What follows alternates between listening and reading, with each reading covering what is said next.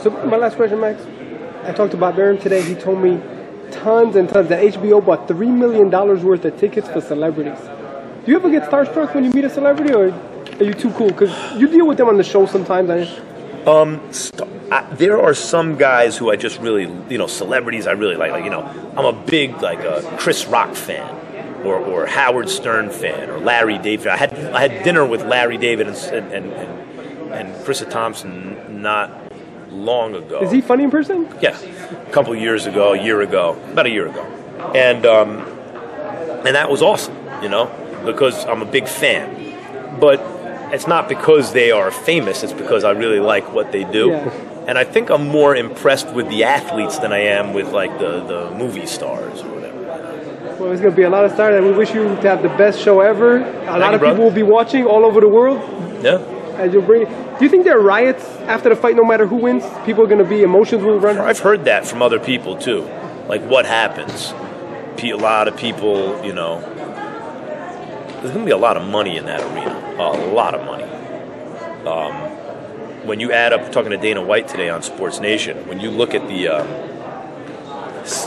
money generated by the secondary market, they say the live gate's going to be $75 million. But that ticket that has a $10,000 face value, that ticket might go for over $100,000. Yep. So when you add it all up in terms of what the revenue actually is going to be generated by the ticket sales, primary or secondary market, it could be over $200 million. And this pay-per-view could do over $300 million.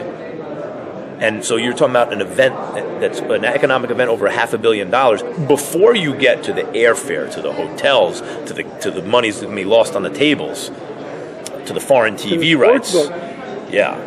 To the sports book, of course. Yeah. You're talking about $750 million, somewhere between $500 million and $1 billion is going to like poof on that And Max Saturday Kellerman night. is in the eye of the storm?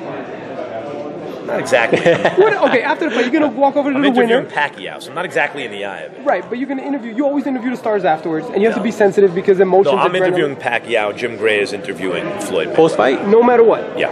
Okay. Because I was going to say, sometimes what happens if you interview a guy that did not win, and their emotions are there, and it's a big deal. Yeah. But you have fun when things go awkward. No, what I have fun, the reason I love boxing is you have two guys where they're the best at, and this fight has a little less of what I'm about to say than it would have had 5 years ago, but it still has it. Two guys, hard to imagine either guy losing to the other. They're the best at what they do, especially if you have contrasting styles. Ding, ding, round one. Like if they had fought in other eras, we'd be sitting around, well, it's impossible to say what would have happened. It's silly to talk about it, but they don't fight in different eras. They fight now, and they're in the same weight division, and ding, ding, round one. Something is going to happen, right?